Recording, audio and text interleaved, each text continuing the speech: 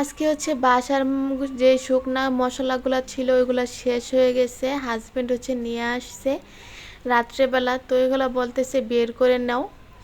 তো এগুলো বের করতেছিলাম। আসসালামু আলাইকুম, কেমন আছেন সবাই? আশা করি আল্লাহর অশেষ রহমতে আজকের এই ছোট্ট ভিডিওটি যে যেখান থেকে দেখতেছেন সবাই অনেক অনেক ভালো আছেন।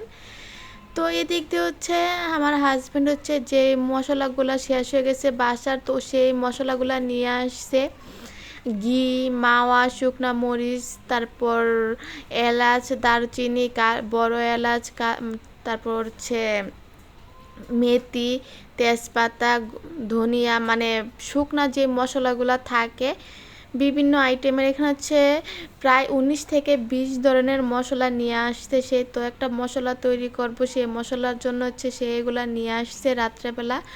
তো যেহেতু শরীর ভালো না, তো আমি শুয়েছিলাম। তারপর আমাকে মশলা নিয়ে এসে পরে ডাকতেছে, বলে দেখো মশলাগুলো নিয়ে আসছি, তো যা যা বলে দিছিলা ঠিকঠাকভাবে নিয়ে আসছি কিনা দেখো।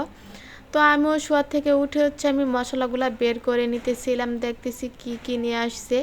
তো এখানে হচ্ছে ধনিয়া, তারপর হচ্ছে রাঁধুনি, জিরা। তো এগুলো কিন্তু দেখতে কিন্তু সেম একই রকম হয়। তো ভাবলাম, তো যেহেতু নিয়ে আসছে একটু ভিডিও করি।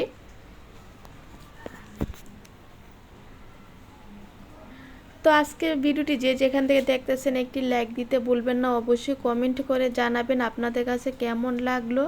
তো এদিক হচ্ছে আমি সবগুলো মশলা বের করে নিয়েছি। দেন এখন তো রাত, এখন তো আর এগুলো গুঁড়া করতে পারবো না, সকালবেলা হচ্ছে গুঁড়া করব।